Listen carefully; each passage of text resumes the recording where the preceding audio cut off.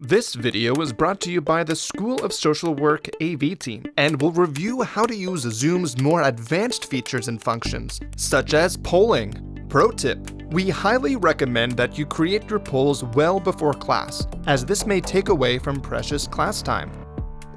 To create a poll before your meeting, sign into your Zoom web portal at umit.zoom.us. Go to the Meetings page and click on your scheduled meeting. If you do not have a scheduled meeting, schedule a meeting now. From the Meeting Management page, scroll to the bottom to find the poll option. Click Add to begin.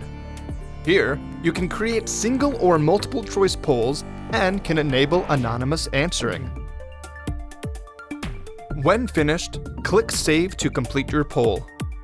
To launch your poll during a live meeting, start the scheduled Zoom meeting and select the polling option in the menu bar. Then, select the poll you would like to launch and click Launch Poll.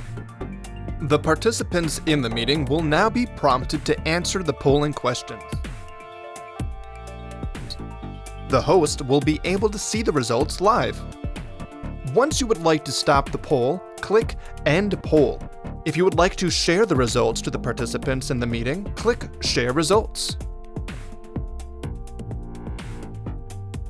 Finally, you can only download poll results when registration is enabled during the initial setup of your meeting. To do this, sign into the Zoom web portal and click Meetings. You will be able to see the list of your scheduled meetings here. You can either schedule a new meeting or edit an existing one. Then, check the registration required box. Next, copy the invite attendee's URL and forward that to your students via email. Once they accept, they will be permitted to join your meeting. For additional information or if you have questions, please contact us.